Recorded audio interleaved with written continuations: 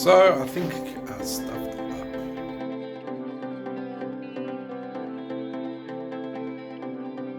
The bike is running, however, she decided yesterday she's going to cut out on a test drive.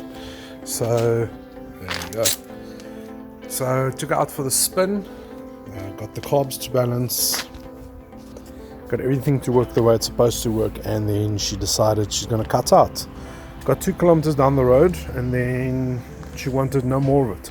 Now she idled last night, which means it is a fuel problem. I've taken off the tank, and upon removing the tank, I've discovered that there is debris in the tank. It looks like it's old paint falling off of the inside of the tank. I can't figure it out, but I'm going to flush the tank, throw away the old petrol and replace it with a fresh set of petrol. So stay tuned. Today we're doing balancing of the carbs. I have yet to start with the CV200 engine rebuild. She's still standing there ready for me, but let's get this GSX running, and after the GSX is running, I'll definitely have to start on the CV200. She's just been standing and waiting patiently, so hopefully by the end of today the GSX will run, no problem, and I can take it open up. Has it been stripped? I have taken the fuel out, and as you can see,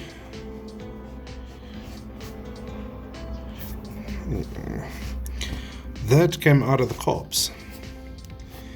So not sure if I got a dirty batch of petrol somewhere, but that is definitely not right. This is actually a bit concerning. There you can actually see it. There we go. So I'm not sure where that steel is coming from, but that's definitely shavings of some sort. So I'm going to open them up, see, but it's definitely this brownish, goldish. It almost looks like paint, but it's, I don't know. So let me clean these out, take the fuel out, get this rail sorted, and then take it from there.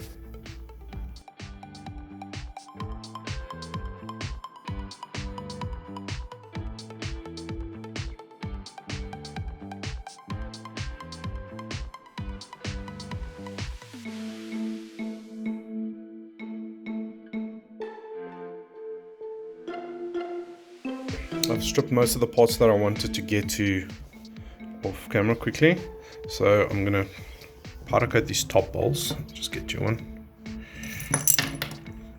Just gonna powder coat these in just a normal standard black, so it just matches the other parts. These are the parts that comes out of it. Just need to make sure that these aren't ripped. If these are ripped, then you're pretty much stuffed. You need to replace them. Very important on that. I'm also going to redo the bottom bowls. Something I have noticed, which I didn't know about, is these little overflow. Let me get this one. Oh, there we go. Come on. These little overflow nipples over here. So how it works is this little cavity over here, and there, and a cavity over there. And then those two connect, and when these two fill up, your float level is high. That part will then spill out petrol. Now I've noticed that these two has always been wet. There's always petrol the next morning if I leave these two open. So there's definitely a float level there that I introduce. However, I've also noticed that this little thing, get focus on it. There we go. Has broken over the ages, so I'm going to see if I can find replacement parts. It is at least not a hard job to just swap out the one carb, take this carb off, put a new piece in, slide it back in. Well, that is what I understand. So I have a look at all the parts. There's a lot of dirt, a lot there. Where's it? Oh, there. You can actually see all the brown there. That's it. And then there, and then there. So I'm just going to generally clean everything out just with a carb cleaner, and then just put it back. I have removed all of the rubbers. so that there's no rubber that will get damaged. I'm going to see if I can clean these out. I'm not sure how to remove those, but that is the next big thing that I want to clean. They look quite small, so the particles are bigger than that, and you can actually see the particles over there. So clean these out, powder coat those two parts, and then put them back together. Rookie tip of the day: I would not attempt anything without one of these boxes. This is called an impact driver. It comes in a socket form. It comes with 4 fittings. My small screwdriver is somewhere in the garage. So how it works is it's got a socket adjustment. So you can put these 4 bits into the socket adjustment. Then you set it to be loose or tight. No, this way. Then what you do is you put the socket in, the screwdriver in, and you put it into the screw, and then you whack it with a hammer at the back. When you're hitting it, the impact from this drives through this actually turns in the direction you want to go. So left, loose, right, or tight, whichever way you set it up for, and then it actually loosens up the bolt. And it embeds itself into the bolt, and not by deforming the nuts or the bolt. It actually embeds itself to the point that you turn it once or twice and it's loose. I've used this thing on more bolts on the screwdriver than I have my socket, because once you've used this thing, you won't go without it. And this is to tighten and loosen up. When I say it's taken screws out, this one's not bad, but it's taken screws out that I wanted to go in with the grinder. So definitely get yourself one of these impact drivers. They're not very expensive, a few dollars, a few $100, but definitely worth its weight in gold. And the only way to set it is you press it and turn. That's for one setting. Press and turn for the opposite setting. You'll obviously just need to read the manual on which one you got on which way is what, but definitely worth its weight in gold. You can actually see the back end is already bent over from the amount of use I've given it, and this is only about 3-4 months, so definitely worth. And it's quite heavy, so it carries its weight forward.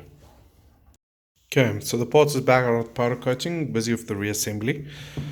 So the reassembly is not that difficult. It's important not to forget the parts that slides in the middle. I've cleaned these off, but still need to get a stronger degreaser, so I'll probably get something tomorrow. Just used acetone for the interim. So the only real thing when sliding these carbs back together is making sure that these little brackets, whatever you want to call them, is back in place. So the way I split it is I did these two one way, these two the other way, and then just left these, the rail, the choke rail on it. And then when I slid it back in, I slid it from this side, and then you have to slide the first, put a first bracket in, slide the pipe in, and then put the second one in. The other thing you also just need to bear in mind is that when you're sliding it in, this bracket from this set of carbs needs to go into there. Now all you did is suppress this with a flat screwdriver, small flat, and that will slide back in. Then the other thing is on this side, you just need to make sure that the petrol hose is in place. As this side, I've left it out. So I'm just going to take this carb off here, and then slide it out, pop this in, slide it back in. So these fuel breather hoses, they are gone, they are shot. So I'll definitely need to replace them. This one's actually snapped off completely on the inside, so that's definitely on the thing to replace. These bolts, not very impressed with them right now, so I'm going to make a steel bracket. I should have just done it on this bracket, but then I needed to re-clean this bracket afterwards, and that wouldn't have been fun to re-powder coat something that you've already powder coated. So I'll make a steel plate that I can just powder coat these on. Alternative is to just buy new ones and replace them, but it's authentic, so try and keep it as original as possible. There's one bolt in this whole setup that is incorrect, so I'm definitely going to have to get a bolt replacement for that. But other than that, I'll show you guys after I'm done with everything, unless there's any issues. We are done for the night. Carbs have been rebuilt, cleaned, everything done the way it should be done. It's not the highest on my list of things I'd like to do on the bike. This was scheduled for December, if that, and I knew it was coming, but I didn't expect it to be this fast. So now, unfortunately, now the tank needs to be flushed, the fuel filters need to be replaced, pepcock needs to be pulled again. I just figured it out last night, the night before actually.